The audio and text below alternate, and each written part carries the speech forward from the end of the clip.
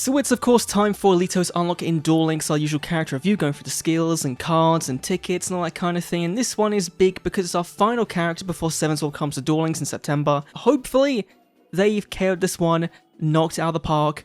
That was really bad of a pun. But I do want to say first of all, in terms of his event rewards, right, the gate drops are pretty decent, right? First of all, you're getting his ace for free in the gate. That's great. It's not very good, right? It's a battle phase effect negation, and it deals damage, right? Like, it's cool, but it requires 3 level 4s. And there's no real way, I think, to cheat out, which is really annoying. Secondly, we're getting, where is it? We're getting Xyz Import, a very good quick play spell card. This should have been ultra rare, 100%.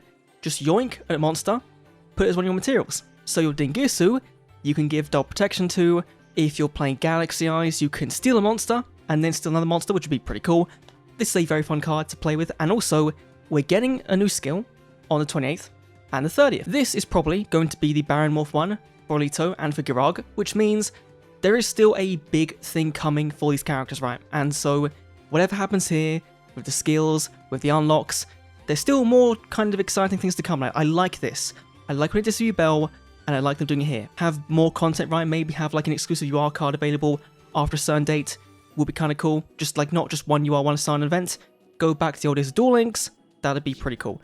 So let's go through Alito and see, is he any good? So first of all, level 3, we've got the rank 105, the C105 Comet Cestus.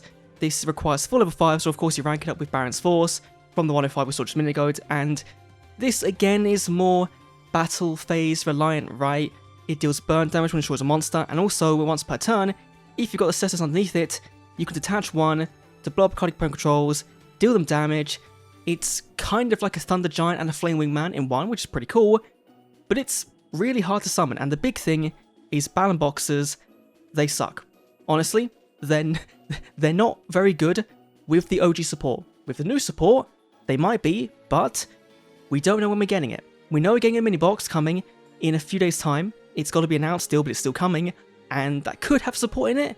It could. I kind of think they're going to be further out than we expect. Then we've got, at level 7, our favourite URSR ticket. Hopefully, there's not as many as Anna, but I'm kind of expecting 3, maybe 3. Then we've got our first trap card, Last Counter, a counter trap card. Now this leaked a while ago, and it's a negate attack, and then you can give your monster attack points and also make the monsters attack again, and it seems cool, right? But you need 2 Balance Boxes on the field, one to be destroyed, one not to be destroyed, to actually use it. It seems like a cool card, and it's a card I believe he used in the anime, and it's a good card for a meta that was ages ago, right? When Battle Phase was super important, this was good. Now we've got MST and Cosmic Noise cards, and I'm a Phoenix.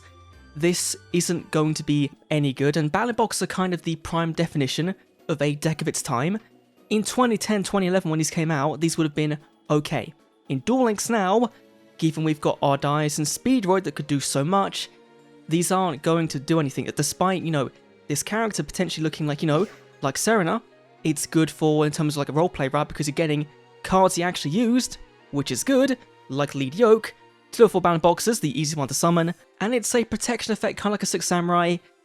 It's good, but again, it doesn't do anything, right? You'd rather go into something like a Dweller or Malevolent Sin to actually get some value, or into like Exton Knight, or into Castell, which we're getting in the upcoming mini box probably. Whilst yes, it's cool to have again, it's just not, Balance Boxes just aren't all that good. Then we've got, at level 14, our second ticket, 16 second copy of the Comet Cestus, second copy of the Trap card, our third ticket, there's 3, our third Lead Yoke, our fourth 105, our fourth ticket, our third copy of the Last Counter, and our third copy of the Lead Yoke. I believe those 3 copies, yeah, that definitely was. Okay, so 3 of each, 4 tickets, not the worst in the world, but when you know that you're not going to be playing 3 Lead Yoke, and you're definitely not playing 3 copies of the Comet Cestus, these could have been lesser cards and given us other new cards, right, as well, in those slots. So, you know, like, cool character, right, giving us the rest of the support for the anime. I think now we're done in terms of the OG Balance Boxes. It's just the newer cards need left to get, which is good, right? It means all new support is going to be newer stuff that is more relevant and more recent, but still, it's kind of disappointing. Then let's go to the skills, starting off with his default skill, Fear of the Mighty Fist. At the start of the duel, add 1 switcher, 1 headgear, and 1 Star Cestus to your deck. Okay, that's fine. These ones don't add if you have 3 copies, which is okay. You're not probably going to be playing 3 of some of these anyway, I don't think. Then it's a D-draw, kind of, for a Baron's Force, but return a card back into your deck. That's fine. You know, a way to search out this is really good. It would be good. Oh, it's out of the deck as well. Okay, actually, that's even better. You don't even need to run this. If you don't have it, of course, we've got the pickup box, right, where you can get the card if you want it. But if you don't, then this is completely fine to kind of run. Then, of course, we've got Draw Sense Fire, so generic skill. We've got Grit. That's cool to see another character coming with Grit. I think our first one in a long while. We've got KO Blow, Balin Boxer. This basically turns any of your Balin Boxer Xyzes into Flame Wingman, right? Burning them on destruction, which is cool. It's once per duel. And if we can have a Balin Boxing attack multiple times, this would be really good. Of course, you can combine this with the one we just saw, the 105, right, the default one, and then burn twice, potentially. That could be kind of cool, a way to go about it. Then we've got KO Blow Glassjaw. Your starting hand will have 3 cards in it. At the start of the duel, place 1 Glassjaw to your graveyard. Like, I know we've got a Balin Box on summon, brings up from the graveyard, right? But this feels like a worse version of what grows in the graveyard. Right, a really worse version of a skill we had back in 2019 that was really good.